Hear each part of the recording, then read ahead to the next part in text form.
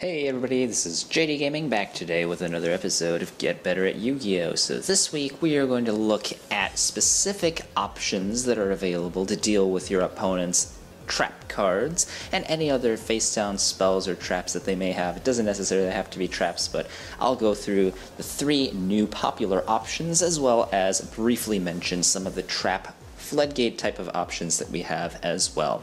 You can find articles related to this down in the description box below as usual. One in particular was one from Core TCG by Robert Boyagin. I definitely loved his article on this topic, and I felt I want to do my own spin on this, present kind of my own take on it, as well as reinforce some of the points that he has as well. So hopefully you guys enjoy. First off, we're going to discuss Twin Twisters, a card that many people are saying is very similar to the Forbidden Heavy Storm, and for very good reason. Twin Twisters, of course, has the ability to let you discard a card to target up to 2 spell or traps on the field and destroy both of them. But unlike Heavy Storm, it is a quick play spell, which means it retains some of the chainable aspects of the classic Mystical Space Typhoon.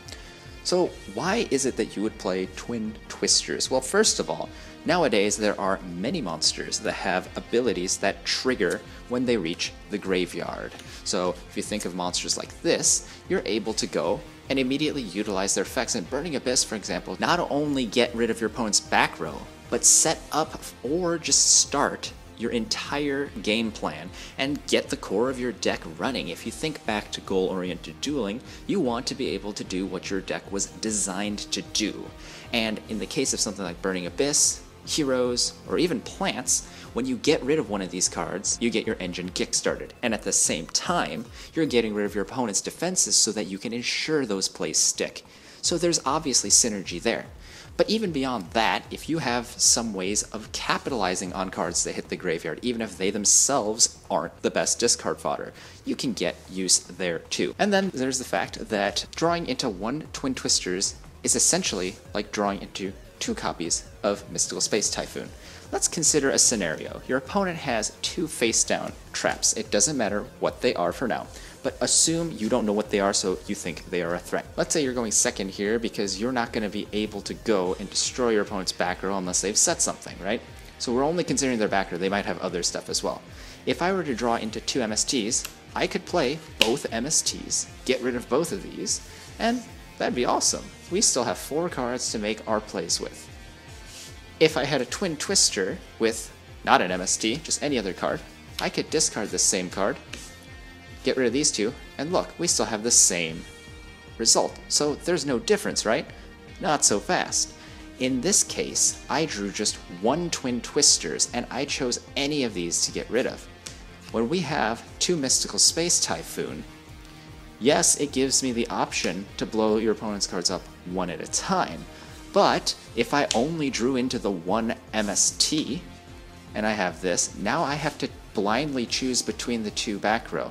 And as I'm sure many of you guys have heard, blind MSTing is not an ideal situation because you're not necessarily free of all your opponent's responses to you, and you're likely to get stopped by whatever card you didn't randomly hit. So the reason Twin Twisters is so powerful is whereas numerically it comes out to look like 2 MSTs, you only have to draw the 1, which makes it a lot easier to ensure that you get rid of your opponent's defenses. So in any situation where you need to clear out multiple back row, and or you have a bunch of cards that allow you to take advantage of the discard cost, you're probably going to want to consider Twin Twisters. The next card we're going to talk about is Cosmic Cyclone, a brand new card from the Dark Illusion that's seen a lot of hype as potentially a replacement for MST. If your opponent has 1 face down and you play Mystical Space Typhoon, you're able to get rid of that card, but a lot of times nowadays there are threats like Breakthrough Skill, the Artifact monsters, and Pendulum monsters that basically make it so that Mystical Space Typhoon's simple removal may not necessarily be the best solution at all points in the game.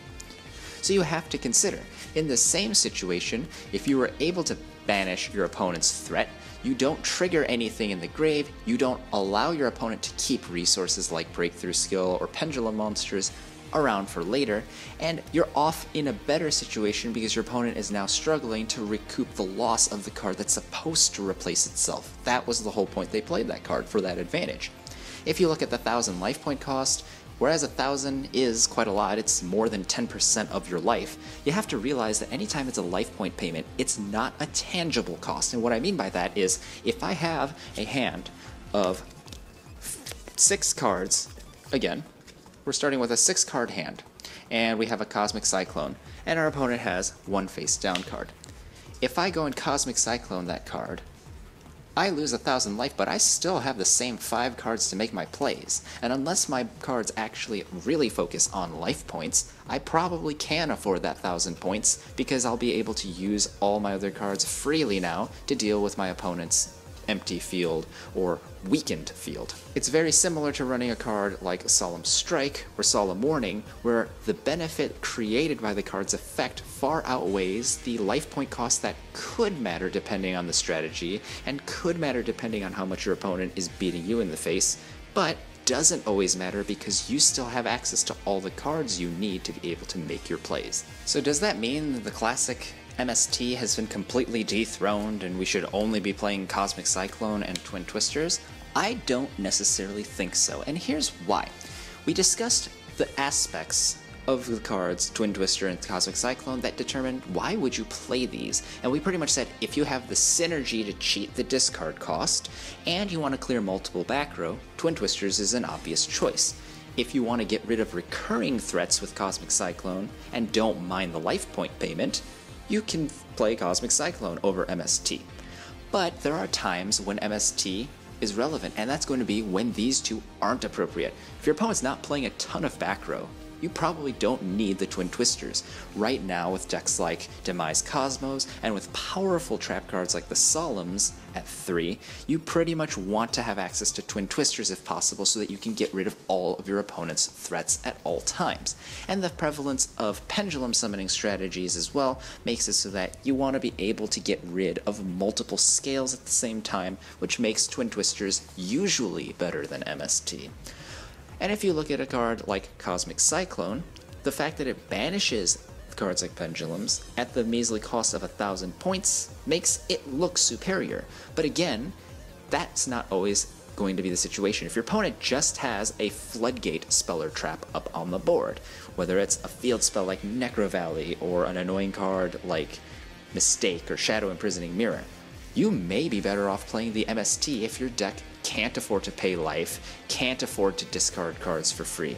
It may seem kind of odd to think that those wouldn't be benefits these days, but there certainly are strategies on the casual and semi-competitive circuits that don't have the resources and the synergy necessary to be able to use these two cards to the fullest.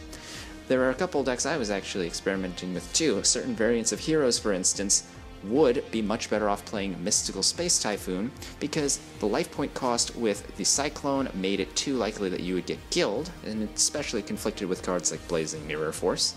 And then in other decks, you might not be able to get rid of free cards from your hand with Twin Twisters if you're not expecting to play against multiple back row. So, is MST as popular as it once was? Definitely not, and that's naturally to be expected because we have two alternatives that do a better job in the current situations. However, as this game evolves, I'm sure you guys will realize that the format may potentially change in ways that will once again make MST, the simple removal card, the better choice, when there aren't tons of back row and when there aren't threats that we need to banish completely. And finally, I just want to go over 3 of the most popular trap options of getting rid of back row. First, we'll talk about Royal Decree. Royal Decree is a classic floodgate that basically says, while it's up, no other traps effects apply. So this was really popular in any deck that didn't run any trap cards because your opponent's staple outs like Torrential, Solemn Warning, Bottomless, Compulse, they would all be stopped completely with this one card. And it also stops decks with tons of trap cards and floodgate traps as well. But with cards like Twin Twisters being mained in many strategies these days, continuous floodgates are just hard to keep alive in general, and so Royal Decree may not be the best option at all times. That's where Trap Stun comes in. The ability to shut down your opponent's back row and your own for one turn may be what your aggressive deck needs to be able to push for game easily. And because it doesn't have the continuous status of Trap Stun, your opponent can't respond to it once it's been flipped up. Granted, your opponent can still get rid of it while it's face down, and that's why I think Trap Stun isn't very popular nowadays, even with the rise of a lot of continuous trap floodgates, as well as decks like Demise Cosmos with tons of Backrow. You simply want to make sure your opponent can't get rid of your outs with simple cards like Twin Twisters. But in a situation where Royal Decree becomes too risky and you don't mind having long-term negation, you just might consider Trap Stun. Finally, Wiretap is very similar in my opinion to Cosmic Cyclone in that it gets rid of your opponent's threat permanently, for all intents and purposes, until your opponent draws the thing again. So if it's Artifact, Sanctum, or Breakthrough Skill, it's going to be shuffled away into the deck where your opponent probably won't access it as long as you're making sure the game doesn't go way too long or your opponent doesn't search it out. At the same time, however, it only hits one target, and so that makes it a lot more like MST or Cosmic Cyclone than it does these two cards, which are more like Twin Twisters or Heavy Storm. As the formats evolve, it is very likely that the types of defenses people will use will change, and that's why I wanted to go over my reasoning for why certain options would be the best in a given situation. Let me know down in the comments what you guys like using in which strategies and why you chose those options, and if you have any ideas for future episodes of the series, leave them down below as well. Thanks guys, this is JDGaming, hope you guys enjoyed, I'll see you guys next time.